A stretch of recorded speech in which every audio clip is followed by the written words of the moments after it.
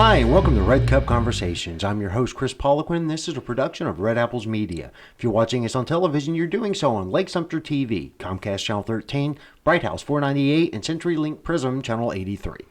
So today I have invited a volunteer of sorts to discuss volunteerism just in general, and then hopefully we'll focus very local on here in Lake County. So I've invited Cruz, the founder and director of CleanUp Eustis.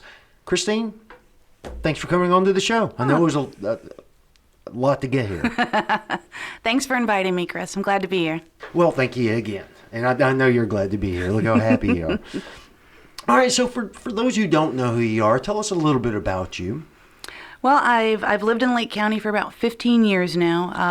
I've volunteered all of my life. In the past 10 years or so, I've stepped up a lot of my volunteer efforts here in the county. It's become a lot easier to volunteer hyper-locally as you meet people and kind of get out there. And the more you volunteer, the more you seem to volunteer even more. Right, yeah. You find other things you're like, I want to do that. Yeah, you get interested in one thing, and then you find another thing, and then you're just volunteering all the time. And that's why I asked you here to give our audience more of an idea of when we talk volunteering. Mm-hmm. It's a broad spectrum. It's a very generic term. But because you've volunteered in a lot of different organizations and different, I won't say meanings, but different missions, for lack of a better term, I thought you'd be a good guest to help illustrate the importance of volunteering in local communities and even at a national level. Mm-hmm.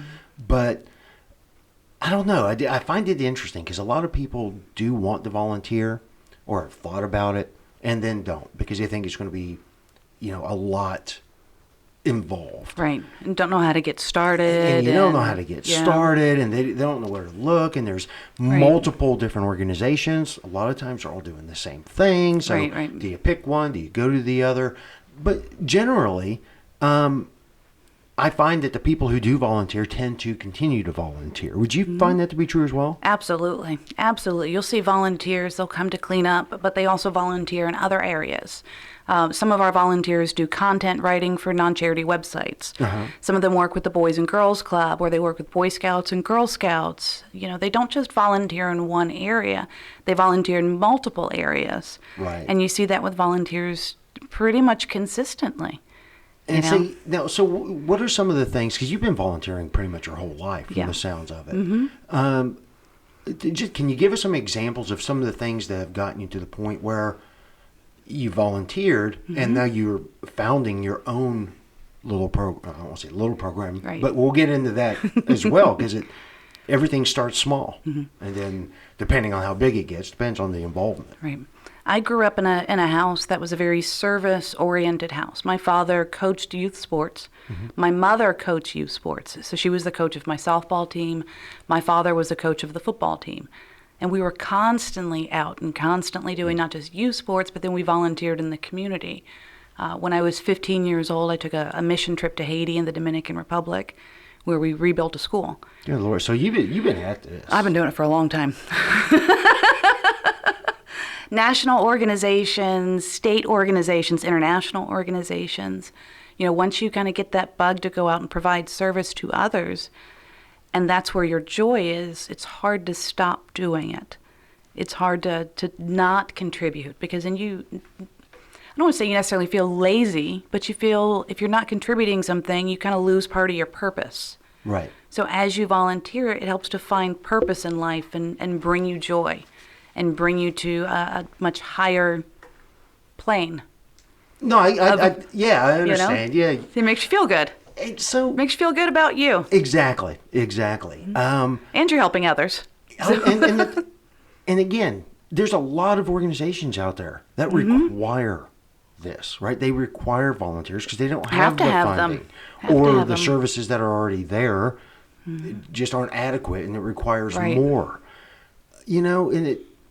I don't know. I guess what I'm trying to do is paint an image that there are volunteers all over the place. A lot of the events you go to, they're being run by volunteers. Yeah, absolutely. Just about all of them.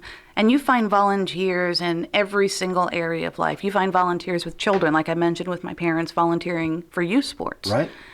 You find them with teens, helping with, troubled teens, or even teens that might have problems with, math or music, that need a tutor. Right. But then you find seniors that need help as well. Some seniors can't drive themselves to the store. So you find volunteers that are willing to go and do a grocery shopping trip for a senior that possibly can't make it out there, or cancer patients. A lot of times when you're undergoing chemotherapy, you can't drive. So there's actually a volunteer program that drives cancer patients to the hospital. And there's one that's here locally too, and it's such a great program. It's very low commitment. You're basically getting your car, you're going to go pick somebody up and drop them off at the hospital. Right. But it cuts down their hospital bills because they don't have ambulance fees. They don't have to hire a medical team to come out and pick them up, and they get the services that they need. That they may not be able to get otherwise. Absolutely. And it's 15 minutes of your day.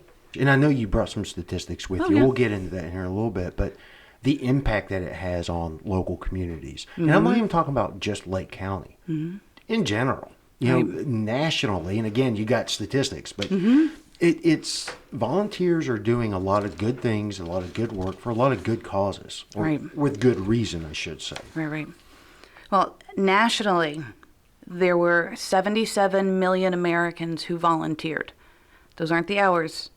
Right, that's the individuals. That's the individuals. They volunteered 6.9 billion hours nationally in 2018. That's incredible. It's amazing. But the economic impact, it was $167 billion of economic impact that volunteers put into our country in 2018.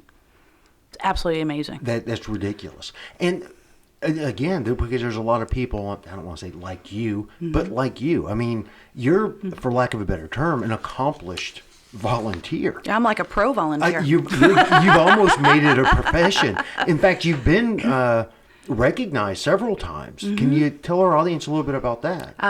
The past 2 And again, years. I know it's, I hate asking questions like this because people don't like to toot their own horn. Right. But That's when you hear my Of course, yeah. But I think it's important for others to see what you can do. You don't have to be, you don't do it for the recognition. No, of course not. You don't not. do it for the awards. No. That's just a byproduct of what you have done. The past 2 years, I was recognized by Lake and Sumter Style Magazine as Volunteer of the Year. I was recognized from the Lake Eustis Chamber of Commerce for community service. I received their Public Service Award. Lake County government recognized the amount of hours. I think in 2017, I put over 1,000 hours for the government for volunteering, and about the same thing in 2018 as well, for hours for them. That's amazing. So what would you tell people who are going, well, I don't have that kind of time? Oh, gosh. Because, she doesn't have a job. I work and full folks, time. So I know her. She does. She has a full-time job. I have a full-time job. I'm a single mom. Yeah. I've got 2 children. I've got 2 dogs. I've got cats. And I've got a busy life. But, volunteering, it's not 8 hours or 10 hours a day. 2 to 4 hours a week, I think, is pretty feasible for most people to do. Adds up. It does. It really does add up. Again, I know, and I've volunteered many, many times for many, many different things throughout my life. And I often, when I would ask someone else, have you ever thought about, you'll go, man, again, who's got the time? Right. Well, maybe you would have time if you found something you were passionate about. Right. And you knew what the commitment was ahead of time. Exactly. Right.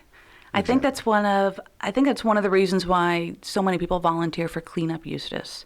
It's a program we do it once a month. It's on a Saturday, and it's 2 hours.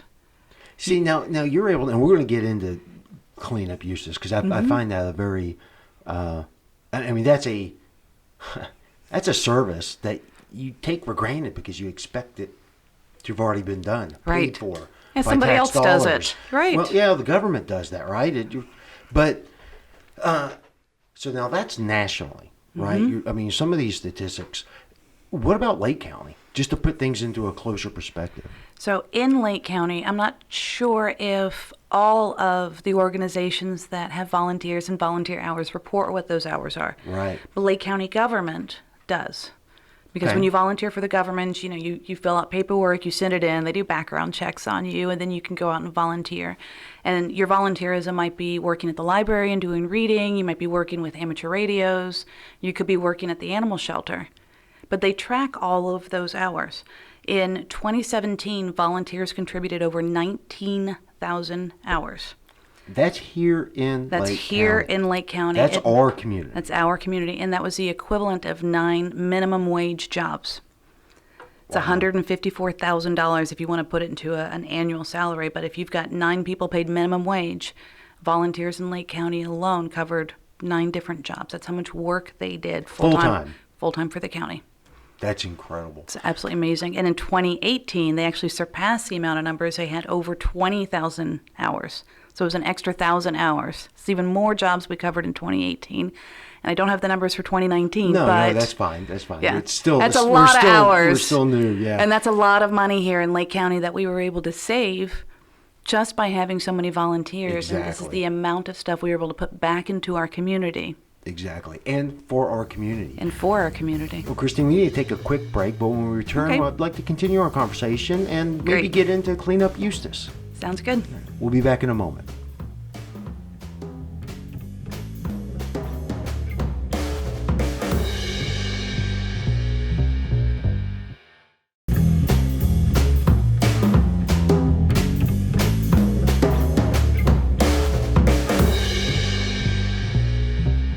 Hi, and welcome back to Red Cup Conversations. Again, I'm your host, Kris Poliquin, and this is a production of Red Apples Media.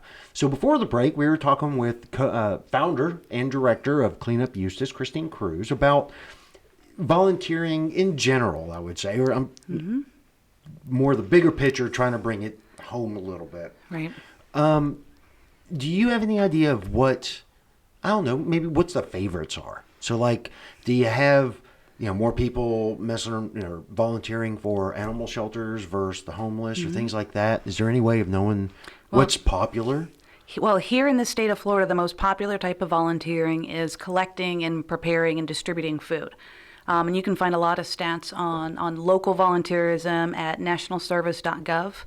But about 35% of volunteers in Florida volunteer and working at a place like, say, Lake Harris Food Pantry over in Mount Dora, where they're collecting and distributing food to the community and people that are hungry, to seniors, Right. disabled, low-income families, and the homeless. That's 35%. 35% of them. Now, in Florida, there's almost 4 million people who contribute to volunteering hours. But we're still ranked 51st in the country for volunteers. We're ranked dead last for the amount of people that volunteer in the that state right? of Florida. 51st. And we only have 50 states. Wait, how do you... DC. But yeah, we're Good ranked Lord. absolutely dead last with 22.8% of volunteers. Wow, Utah's well, first. someone's got to be last. Somebody's got to be last. I mean, we And did Utah, win that. all you have to do is pick up, one person out there, and that's like 50% of the population. Right. And I'm But joking. over 50% of the population volunteers their time in Utah, and they are ranked top in the country for volunteerism. Wow. So, That's... yeah, there's a lot of interesting stats out there on who volunteers and what they do. And In the It's stats, kinda you have to kind of look at, like you said, Yeah. a lot of the volunteering doesn't get reported, right? Exactly. So government stuff, they keep record of it. Right. But there's a lot of good things that happen that aren't necessarily, there's not a recording function associated with it. Yeah. So A lot of things like that, the community organizing or local community organized types of groups they're not a nonprofit. They're not really they're not with like a national firm or Right. a state nonprofit. So then I'd like to start talking about CleanUp Eustis, Okay. because that's your little baby that you started, I don't know, what, 2-3 years now? Yeah, How like long? in 2017, about Yeah. 3 years ago. What inspires you to do that? And I'll get into how it grew, because that's a whole other aspect of how the message gets out for volunteers, needing volunteers. But talk to us about CleanUp Eustis. What do you do, and why did you start it? When CleanUp Eustis started, there was a gentleman who went out fishing at our local park, at Farron Park. He went out fishing with his son, And when they were there, they looked at the lakeshore, and there was a ton of bottles and cans right on the shoreline. It was just nasty. Yeah. But he took pictures of it, and he posted it up in a word-of-mouth group, and he said, "This is disgusting. What can we do about this?" So people started commenting, "Oh my God, that's horrible. That's awful. I didn't realize the condition of our lakes were so bad." So he brought that original awareness to a problem area that we had in town. Sure. So I started a group and called it CleanUp Eustis and invited everybody who had commented on that original post to join the group and set a date for everybody to meet. And we all met on that date. We had half the commission came. It seemed like half the city was there. We had officials from local government, state governments come out. We had a gentleman by the name of Aaron Phillips come out. He was a contestant on Naked and Afraid. He was a survivalist from there. But he's a Florida natural guide now. He is in charge of something called Life Survival, where they teach survival, living out there. So, nice guy. But he brought a kayak with his wife and his son, and people came out with kayaks, and we all walked the shoreline, and we picked up all this trash. We picked up bags and bags and bags of trash. And it was such a huge success, everybody wanted to do it again. So we scheduled it for the next month. So you didn't get all the trash that first time? There's absolutely no way. It's like cleaning That's house, a shame. It's a good thing, but it's like, what are we doing to ourselves? Right, right. But it's just like cleaning house. As you clean house, the more you clean, the more you see. Yeah. It's like that when you go out and you clean up the shoreline. I've got 10 people that are walking in front of me picking up trash, and there's 5 things that are, exactly. There's 5 things left behind it. Yeah. So that's kind of how we started. We set a date. We all met up, and it was on a Labor Day. And because it was that Labor Day Monday, that's the only time that cleanup meets on a Monday. Every other time it's on a Saturday because it's a little bit easier for people's schedule. Sure. So, but now it's a maintenance thing. But we almost collect about 1,000 pounds of trash a year. A year? A year. And you're still talking the same general area? Same exact area. We pick up anything from syringes to doggy poop bags to cans, bottles, sneakers. And again, who is we? We is the volunteers in cleanup. It's a community. It's a community. It's a community effort. It is an amazing amount of people. It's supported by tons of local businesses. We have a local restaurant that sits right on the waterways. It's called Crazy Gators. Mm-hmm. The guy that owns a place, his name is Randy Connor. Randy puts out water and coffee and juice for us every time we have a cleanup, so we all stay hydrated. But it's a local business that supports us. Places like Tilly's and Yo-Ho-Ho, they've bought grabbers or they've sponsored food. And really? It's just incredible the way the community has come together to make sure that this is a successful endeavor. I have not put a dime of my own into CleanUp Eustis. I don't buy grabbers. I don't buy buckets. I don't buy any of that. It is all donated from every walk of life all over town. And again, that's the community together. Absolutely. So, and it all just started from one post. One post. What's the power of social media on volunteer programs like this? Communication, I think, is the key for any community organizing. Any type of event that you want to run, if you've got a nonprofit or if you're just, somebody who sees a problem somewhere, you have to be able to communicate it. It's not just saying, yes, I want to go and make a difference. It's being able to communicate that you are doing something and then follow up with people afterwards. Right. You want to tell them about it ahead of time, and then you want to afterwards be able to tell them exactly what happened and what the impact was. Because then you have to show your gratitude as well, because people could be doing other things. Oh, yeah. Yeah. They absolutely can. And that's what stops a lot of people from volunteering in the first place. Mm. Look, lives are busy. Yeah. I get it. I'm no different than anybody else out there. But I think if you find something, light a match or curse the darkness. Right? Right. The lake's a mess. The lake's a mess. The lake's a mess. Exactly. And you keep griping about it. Well, stand up and go do it.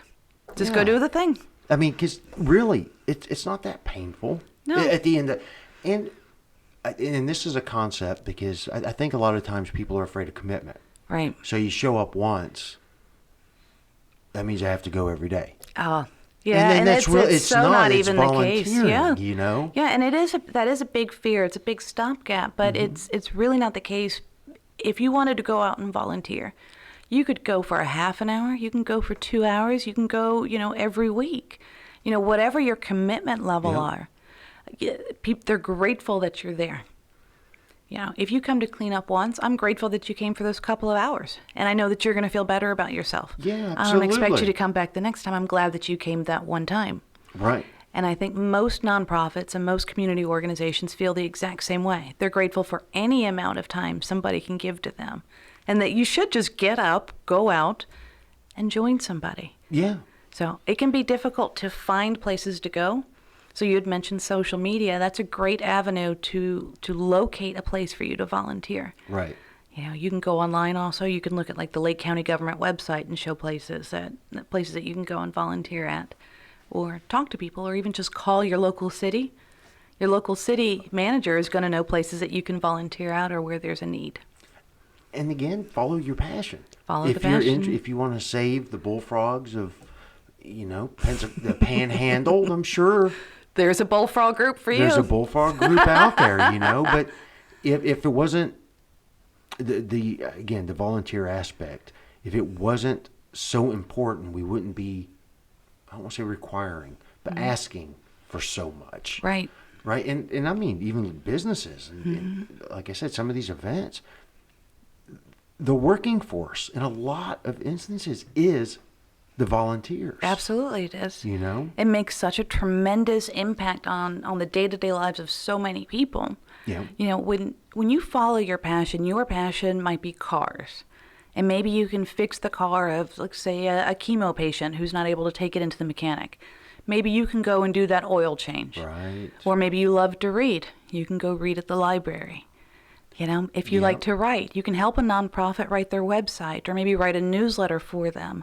Yeah. If you love being on Facebook and you love scrolling through your feed, you might be the person to help a nonprofit maintain their social media page and reach out to people and keep updated. Right. There is something out there for whatever your passion is, whatever you put your time into, there's a volunteer opportunity for you. What would you say to someone who wanted to start their own? Because there's so many different organizations There really and groups are. out there. And I don't know, I kind of have, what say you? I'll ask the question and I'll let you answer. Because there's some pitfalls associated with starting your own thing as well. It can be very complicated if you wanted to start your own, especially if you're going to start your own nonprofit. Right. There is a lot of paperwork involved. You have to have a board. You have to have multiple people. You have to report things. You've got to take meeting notes. And for some people, that is the right way to go. That's where their passion lies. Yeah. But I would definitely suggest taking a look and seeing if the organization already exists. Yeah. And maybe you can just kind of get a hint of it. And maybe they're not quite what you want it to be. But with your help, they might be able to get there. May be. They might Exactly. need you. You might be that person that they need to propel them to be a better organization. All right. Well, if anybody wanted to get any information on CleanUp Eustis specifically, where can they get that info? My email address is dothethingtoday@gmail.com. Yeah, easy. Yeah, I was about to say. There you go. So it's Kind of dothethingtoday@gmail.com. what we've been talking about. Yeah. So I'm That's sorry, kind of a we're motto. talking, but say it again. dothethingtoday@gmail.com. All right. Well, that's all the time we have for today. Christine, thank you for Thank taking you. the time and coming and sharing this information. Not at all. I appreciate you. All right. And that's it for today. I've been your host, Kris Poliquin, and we'll see you next time.